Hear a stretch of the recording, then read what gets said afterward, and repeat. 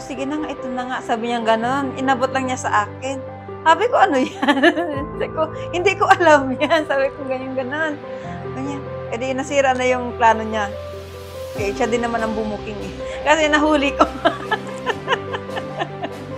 Yes, opo.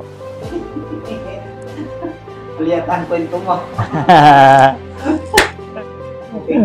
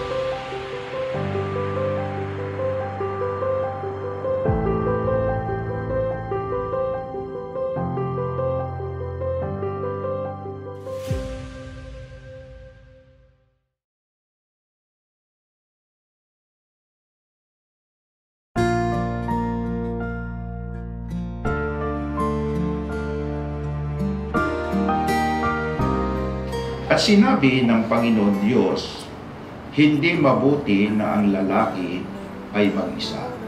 Siya'y ilalalang ko ng isang katulong niya. Ikaw ay natutong magmahal, nasaktan. Una siyang nag-message sa akin. Siyempre naman tayo, mga kapatid, mahilig tayo mag-post ng yung mga gawain natin sa lokal. Kaya nalaman niya na kapatid din ako. Hindi sabi sa akin, hi kapatid. Siyempre, kapatid, alam nga naman, hindi mo takaan, di ba? Hindi mo papansin eh. Hindi, sabi ko, hello din kapatid. Iisang nakalaan para sa'yo. First time na nakilala ko siya, pumunta ako kahit hindi ko alam. Sinubukan ko kahit na hindi ko pa kabisado yung kausyong. Pinuntahan ko siya sa malapit na train station sa kanila. Niyaya ko siyang manood ng sine. Hanggang doon, nagkakilala kami ng diretso. Saliw ito, tugtugin.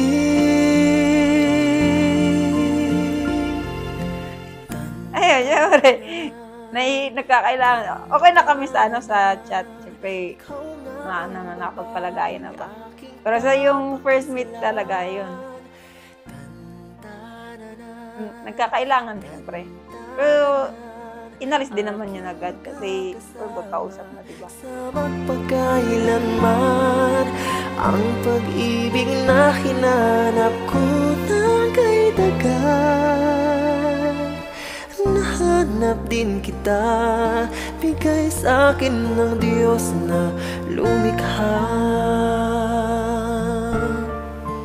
Hindi, ang pinaka-ano kasi sa akin na malungkot, yung tao sana na maglalakad sa akin talaga sa sa kasal.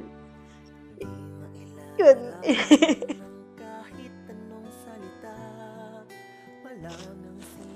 Kasi talaga, gusto ko kasi talaga, kung sino yung tatay mo, yun talaga maglalakad sa iyo.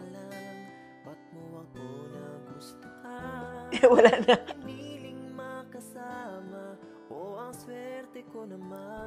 Kahit malang sana yung nanay ko, kaso, syempre, may rason naman siya. Naiintindihan ko naman.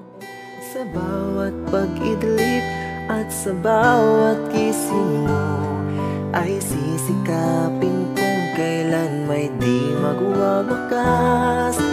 Ang ngiti't ligaya ng iyong mga bukas.